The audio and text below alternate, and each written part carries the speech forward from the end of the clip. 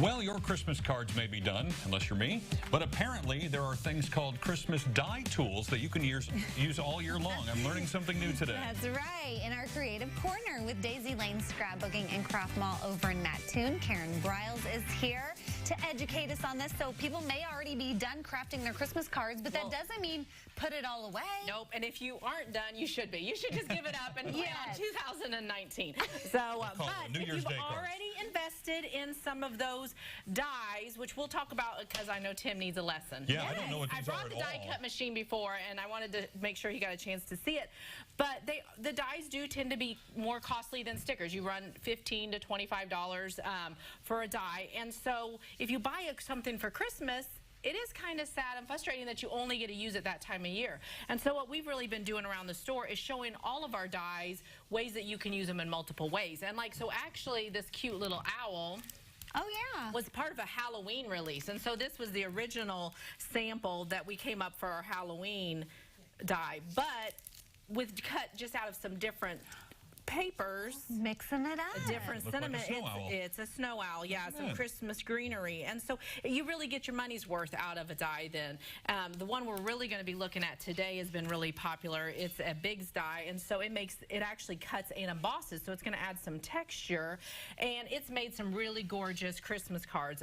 We've had a lot of customers use it for ornaments, for cards, for scrapbook pages, but there again, it's kind of sad to have to put away such a great die for an entire year. And so what we've come up with is a series like this says congrats, and it has a deer, and it's actually a deer out of a Christmas collection, and this is actually some Christmas greenery, but now it could be a masculine birthday card, it could be a congrats on your first deer for the hunters.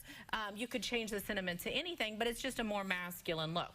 So let's take a look at how the machine works, because I know Tim. I don't know anything about this. So what we've done is this is our die, Tim. It's got actual razors on the inside, so that's going to cut through paper. The Biggs dies will actually cut anything you can cut with a pair of scissors. You can open up soda pop cans, you can cut fabric, chipboard, and then we just make sandwiches. You know how to make sandwiches? Oh yeah, I'm good at sandwiches. So here's your bread, your 2 cutting plates, and then your paper goes on top. Okay. And so you just make a sandwich, and then you're going to roll that through the machine, and no scissors needed. So just roll.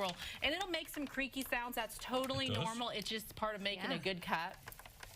Okay. Feels like I'm done. Feels like you're done. There it goes. And then you should be able to just punch it out. I see. So that's it, and it's not very exciting in itself, especially this die. You are correct. That is not very exciting. But so what his dies on the Tim Holtz Biggs for this release, they come with an embossing folder. And so what you can do is you put this in here, and you line it up. I should have had one pre-lined up because it does kind of want to be accurate. You keep turning, but for the life of TV, we're just going to same thing. Sandwich. We need our cutting. Here it is. So we're going to make sandwich. Now this is going to be, it's a big cutting mat. So you're going to turn it this way and roll it through, and try not to whack, Heather. Yes, please. I'll roll here since it's closer to me. So we probably don't have to go all the way through, right? No, you can just take it off there, and you're going to back it up. And we're going to make sure it's double embossed here.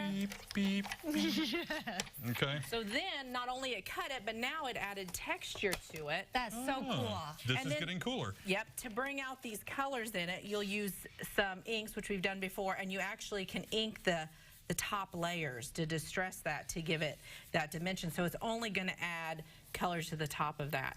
Yeah. Okay. I know we're going to run out of time here, but I want to make sure we talk about those pine cones. Oh, I know. So this is a pine cone die. It actually makes 3-dimensional pine cones, and here Lori at the store made it into rosettes. That's amazing. So cool. It's not a pine cone anymore. So there's a lot of different tutorials that you can do with these dies. Like newspaper, or what is that? What kind of paper did you use? It's scrapbooking. Yeah, it's scrapbooking paper. Same thing. It's distressed a little bit with an ink and shaped into rosettes instead of pine cones. We were just looking right there. You've got some big sales coming up. We do. We're inventory reduction. You buy it, we don't have to count it. That's the name of it. You buy it, we don't have to count it. So you can come in and get all of these at a great discount. And then you can also learn probably how to use them. That's right. We have a lot of classes, especially in the new year coming up, with specific dies, how to do this, to take one die and turn it into 5 different looks. Well, if I can do it, anybody can do it. And we will connect you with all this information at ciLiving.tv.